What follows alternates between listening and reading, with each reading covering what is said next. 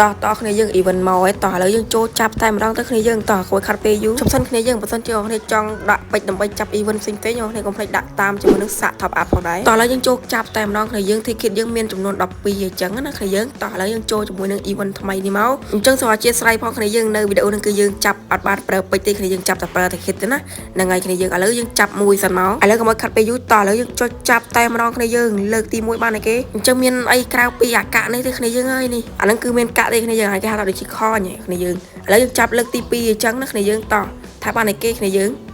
នេះបានអានេះទៀតហើយគ្នាយើង12ទៀតហើយឥឡូវហ្នឹងយើងចាប់អស់2ហើយគ្នាយើងទីខិតយើងទាំងអស់12ឥឡូវចាប់អស់2សល់10ឥឡូវយើងចាប់ទាំងអស់តែម្ដងគ្នាយើងតោះ let's go ឥឡូវយើងចាប់អត់មើលគ្នាយើងថាបានឯគេគ្នាយើងនេះណែបានឯគេអាយ៉ាអីគេនេះអូខាញ់ច្រើនតើគ្នាយើងឲ្យបានសុំបាន